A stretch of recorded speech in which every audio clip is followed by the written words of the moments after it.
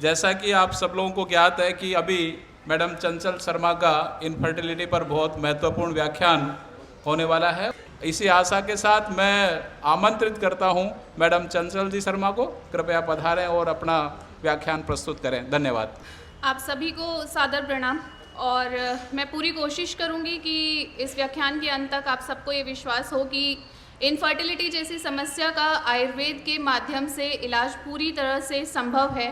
और उसमें जो भी अच्छे केसेस मैंने किए हैं उसमें से कुछ चंद केसेस मैं आपके सामने प्रस्तुत करूंगी और जो भी मैंने सीखा है उससे कुछ चीज़ें आपके साथ साझा करने की कोशिश करूंगी। इनफर्टिलिटी ऐसा वंध्य और वंध्यत्व इस तरीके से बताया गया है, यानी कि एक कपल जो कभी कंसीव नहीं कर पाते या एक कपल जो कंसेप्शन 1 साल तक साथ रहने के बाद भी अचीव नहीं कर पा रहे हैं, तो वो दोनों ही स्थिति में हम इनफर्टिलिटी में लेते हैं। आपको भी ये जानना चाहिए कि क्या एक्चुअली ये ट्रीट हो सकता है या नहीं हो सकता है। तो अपनी लिमिटेशंस के ध्यान में रखते हुए आयुर्वेद में जो साध्य, असाध्य और याप्य बताया गया है उसको ध्यान में रखते हुए पेशेंट को सही जानकारी देना जो है वो हमारा कर्तव्य है और उससे पेशेंट का हम पर विश्वास बना रहता है और हम सही तरीके से ट्रीटमेंट भी कर पाते हैं।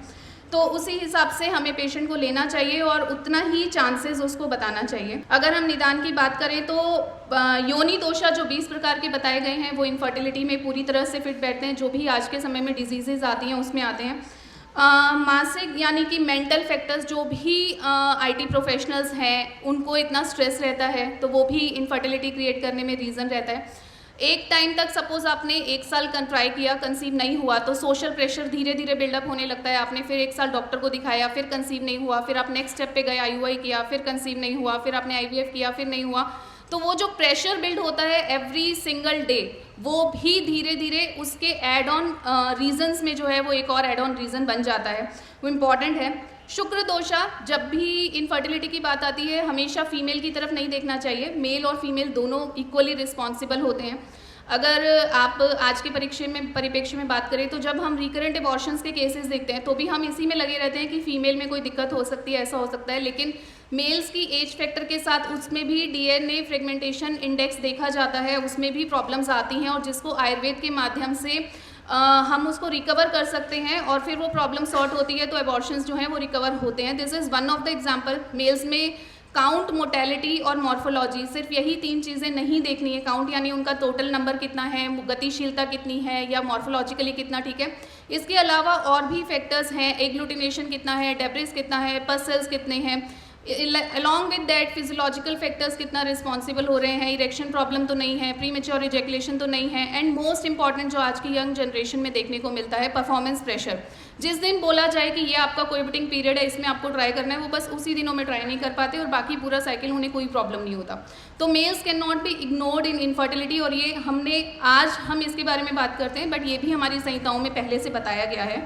आर्तव दोषा यानी female menstrual disorders. Female menstrual disorders में बहुत सारे फैक्टर्स आते हैं, लाइक कष्ट आर्तव है, अत्यार्तव है, पीरियड्स में क्लॉट्स तो नहीं आ रहे हैं, पीरियड्स की साइकिल रेगुलर है या नहीं है, कितने दिन ब्लीडिंग होती है, तो ये सारे फैक्टर्स मेंस्ट्रुअल डिसऑर्डर्स में आएंगे।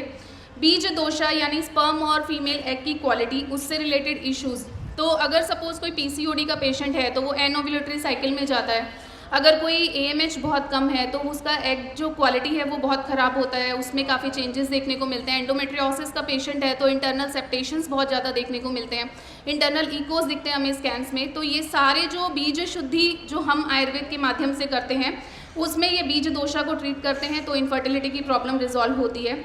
आहार यानी उसकी डाइट, विहार उसका लाइफस्टाइल। आप रात को 2 बजे सो, सुबह 9 बजे उठो, नाइट ड्यूटीज़ करो एंड देन एक्सपेक्ट करो कि आप पेशेंट का इनफर्टिलिटी ठीक कर दोगे, वो पॉसिबल नहीं है।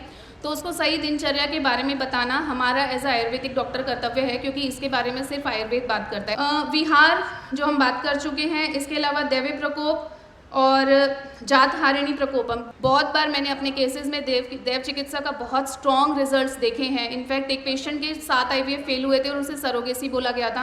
अलॉन्ग विद आयुर्वेदिक ट्रीटमेंट जब हमने देव चिकित्सा साथ में किया एंड शी कंसीव्ड ऑल्सो। गर्भ संभव भाव, इसी में हमारा पूरा इनफर्टिलिटी का जो ट्रीटमेंट है वो इसमें आ जाता है। अगर आपको कुछ भी, ये गर्भ संभव भाव इसका नाम के हिसाब से ही वर्क करता है। अगर किसी पेशेंट के ये सारे भाव जो हैं वो बिल्कुल समन्वय अवस्था में है, उन्हें कोई दिक्कत नहीं है, तो पेशेंट को कंसीव करने में दिक्कत नहीं होगी। फॉर एग्जाम्पल, अगर किसी का ऋतु से आप समझते हैं उसकी मेंस्ट्रुअल साइकिल, तो अगर उसको कोई भी मेंस्ट्रुअल साइकिल रिलेटेड प्रॉब्लम्स नहीं है, लेकिन अगर आप मेंस्ट्रुअल साइकिल को बैलेंस कर लेते हैं, उसमें दोषास कहीं पर डिस्टर्ब नहीं है, तो पेशेंट को कंसीव करने में दिक्कत नहीं होगा। रीजंस वही, जैसे सपोज एंडोमेट्रियोसिस है, पेशेंट को एक्सट्रीम पेन हो रहा है, एडिनोमाइसिस है, पेशेंट्स को हैवी क्लॉट्स आते हैं, मेनोरेजिया हो गया है, 15-15 दिन तक ब्लीडिंग होती है, तो अगर आपने ये सब बैलेंस कर लिया तो patient can conceive naturally. Then second is क्षेत्र में डिफॉर्मिटीज हो सकती हैं। क्षेत्र से हमारा तात्पर्य जो है वो यूट्रस से है, यूट्रस के अंदर के ऑर्गन से है, यानी कि आपका वेजाइना में कोई प्रॉब्लम नहीं होना चाहिए, आपका सर्विक्स में कोई इरोजन नहीं होना चाहिए, आपकी कैविटी के अंदर कोई प्रॉब्लम नहीं होनी चाहिए, उसमें कोई पॉलिप नहीं होने चाहिए, कोई सेप्टम्स नहीं होने चाहिए, आपका ट्यूब्स एकदम हेल्दीली ओपन होना चाहिए और आपका ट्यूब और ओवरी का रिलेशन मेंटेन होना चाहिए। तो क्षेत्र की सभी अवस्थाएं ठीक होना बहुत ज़्यादा इंपॉर्टेंट होता है। देन कम्स अंबु यानी यूट्राइन ब्लड फ्लोज। अगर आप ऐसा माने कि ज़्यादातर आईवीएफ फेलियर क्यों होते हैं या ज़्यादातर रिकरेंट एबॉर्शंस क्यों होते हैं, तो जब एलोपैथिक डॉक्टर कोई टेस्ट कराता है तो वो उनको इकोस्प्रिन देता है, वो आपको लोनोपेन के इंजेक्शंस देते हैं, तो आप उससे क्या समझेंगे? बेसिकली उसके गर्भाशय के अंदर जो आर्टरीज और वीन्स वहाँ तक ब्लड फ्लो पहुँचा रही हैं वो कॉम्प्रोमाइज्ड है, उनमें रेजिस्टेंस हाई है, एंडोमेट्रियम की इंटरनल लेयर तक ब्लड फ्लोज अच्छे नहीं जा रहे हैं। तो अगर आपको वो सब चीज़ें ठीक कर लेते हो, and it's very important to know कि ब्लड फ्लोज ठीक करने के लिए आयुर्वेद से बेहतर कोई माध्यम नहीं है। उत्तर बस्ती के थ्रू आप ब्लड फ्लोज ठीक कर सकते हैं, आयुर्वेद में जो मेडिसिन दी हैं उसके जरिए आप ठीक कर सकते हैं। And last and most important is बीज को मैंने लास्ट में रखा है क्योंकि बीज ही आज के समय में सब कुछ है। आपकी एज 35 साल हो गई है, आप तो नेचुरली कंसीव कर ही नहीं सकते, आपका AMH 1 के नीचे चला गया, आप तो नेचुरली कंसीव कर ही नहीं सकते, आपके हस्बैंड की एज 42 है, आप तो नेचुरली कंसीव नहीं कर सकते, आपके हस्बैंड का DFI 45 प्लस हो गया, ये तो ट्रीटमेंट होगा ही नहीं, तो आप नेचुरली कंसीव नहीं कर सकते। तो in that case go for donor. जैसे डोनर किसी और ही दुनिया से है और उसके रिपोर्ट्स में सब अच्छा होगा, और डोनर स्पर्म या डोनर एग लेना is not easy for any patient, क्योंकि जेनेटिकली वो बच्चा पूरी तरह से आपका नहीं है। यहाँ पर आयुर्वेद बहुत बहुत अच्छा काम करता है। मैं ऐसा कहती हूँ कि उन लोगों के ऐसे कहने की वजह से हमारे इनफर्टिलिटी सेंटर्स बहुत अच्छे चलते हैं, क्योंकि लो AMH में जितना अच्छा रिस्पॉन्स आयुर्वेदा देता है, हमें नहीं लगता कि कोई और साइंस देती है। अभी की स्थिति ये है कि हर महीने कुछ IVF सेंटर्स पेशेंट्स भेजते हैं कि हमारा पेशेंट डोनर नहीं कराना चाहता, तो आप एग क्वालिटी इंप्रूव करके दे दीजिए। तो इस स्थिति में अगर आप पहुंच जाओ तो आयुर्वेद से बढ़कर कुछ नहीं है, मैं ऐसा मानती हूँ। तो आयुर्वेद है तो संभव है, and this is done with Ayurveda only. उत्तर बस्ती अगर हम प्रैक्टिशनर्स की बात करें तो ऐसा लगता है कि उत्तर बस्ती करेंगे तो सब ठीक हो जाएगा। उत्तर बस्ती के भी कुछ कुछ प्रोटोकॉल्स हैं, उत्तर बस्ती भी कहाँ कर सकते हैं उसके इंडिकेशंस हैं। हम आंख बंद करके हर पेशेंट को उत्तर बस्ती के लिए नहीं ले सकते हैं, क्योंकि फिर हम कभी कभी उसमें अपयश के लेवल पे लैंड कर जाएंगे। आयुर्वेद के लिए बहुत बुरा सुनना पड़ता है, क्योंकि अगर उत्तर बस्ती सही तरीके से चुनकर केसेस में ना की जाए तो उसके साइड इफ़ेक्ट्स हो सकते हैं। तो infertility, tubal blockage, adenomyosis, poor endometrial receptivity, Asherman syndrome, thin endometrium, reduce endometrial volume and endometrial calcifications, इन सब केसेस में हम उत्तर बस्ती कर सकते हैं। उत्तर बस्ती कहाँ नहीं करनी चाहिए?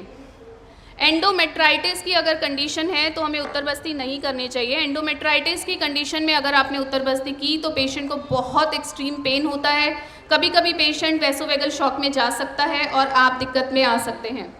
अगर PID की कंडीशन है और आप उत्तर बस्ती करते हैं तो पेशेंट को काफ़ी पेन होगा। अलॉन्ग विद दैट PID में अगर पेल्विक एरिया में थोड़ा बहुत फ्लूइड पड़ा हुआ है तो वो और ज़्यादा एग्रीवेट हो जाएगा और उसमें इन्फेक्शन और बढ़कर पेशेंट की कंडीशन काफ़ी ख़राब हो सकती है। तो जब तक आप PID रिकवर नहीं कर लेते हैं तब तक आप उत्तर बस्ती ना करें। ल्यूकोरिया की कंडीशन जब तक रिजॉल्व नहीं करेंगे तब तक उत्तर बस्ती ना करें। ल्यूकोरिया यानी वाइट डिस्चार्ज पहले क्लीन होना चाहिए। देवदारू रिस्टिक सिरप आता है, वो इसमें बहुत अच्छा काम करता है। मुझे नहीं पता आप प्रैक्टिस में यूज़ करते हैं, लेकिन आप यूज़ करके देख सकते हैं। That has marvellous results. Then hydrosalpinx अगर आपके ट्यूब में ऑलरेडी पानी भरा हुआ है और आप उस स्थिति में अगर उत्तर बस्ती कर रहे हैं तो वो आपके ट्यूब के अंदर फ्लूइड के अंदर जो भरा हुआ है उसमें और एड ऑन करेगा और आपके हाइड्रोसल्पिंग्स की कंडीशन को और ज़्यादा बढ़ा देगा, and patient may lead to surgery also. मुझे यहाँ तक बुलाने के लिए और मुझे ये स्टेज देने के लिए और लोगों तक ये पहुँचाने के लिए कि आयुर्वेद के माध्यम से इनफर्टिलिटी की समस्याएं, ट्यूबल ब्लॉकेज, हाइड्रोसल्पिंग्स, एडिनोमाइसिस, एंडोमेट्रियोसिस, कोई भी समस्या है, अगर सही तरीके से जजमेंट करके ट्रीटमेंट किया जाए तो ट्रीटमेंट पॉसिबल होता है। जय आयुर्वेद, जय धन्वंतरी। धन्यवाद। धन्यवाद मैडम। जैसा कि आप सब लोगों ने पूरा व्याख्यान सुना और विद एविडेंस हम लोगों को में भी विश्वास पैदा करने वाला है रहा कि आयुर्वेद है तो संभव है। Thank you madam.